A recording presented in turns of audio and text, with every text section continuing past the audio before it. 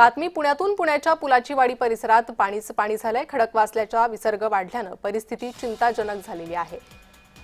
तर सततच्या पावसामुळे खडकवासला धरणातून पाण्याचा विसर्ग वाढवण्यात आलेला आहे। त्यामुळे परिस्थिती चिंताजनक झाली आहे।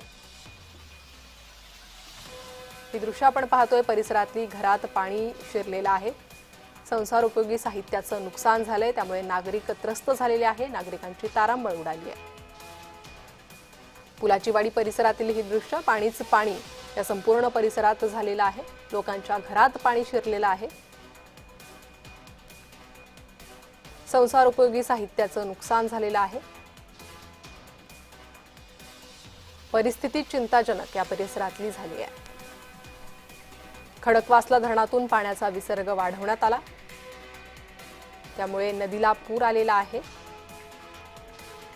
हे पाणी आसपासच्या परिसरात शिरलं, ज्यामुळे नागरिकांना नाहक त्रास सहन करावा लागतोय। मोठा फटका नागरिकांना बसतोय।